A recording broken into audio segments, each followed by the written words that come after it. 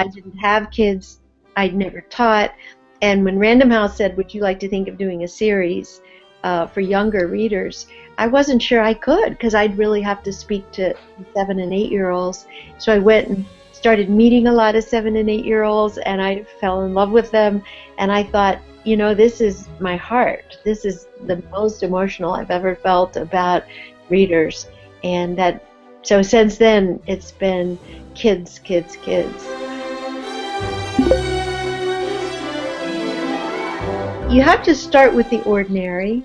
So you start with everyday life. You start in your home or the woods up near your house, and then you come to the treehouse, and then you take them someplace and you land, and you begin with details of ordinary living, of weather and the temperature and the light and smells, and that's the way I get into the adventure. So it's really step by step.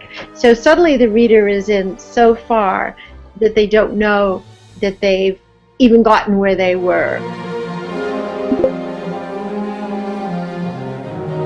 We were army brats. We moved constantly, and we were each other's closest companions because we were always changing our lives.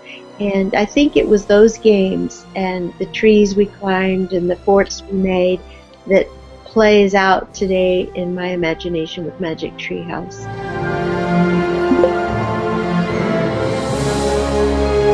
I am a very mercurial person, and I love difference, and I love to change, and I love new scenery.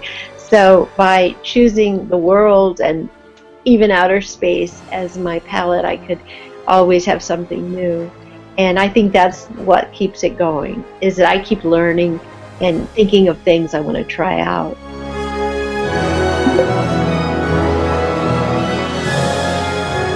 I feel really strong about this in general. I feel like we give too much is done for kids. They don't get to invent on their end of it.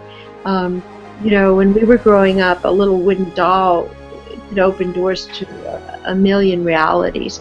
And now they'll give you the doll with a voice and a history and everything provided.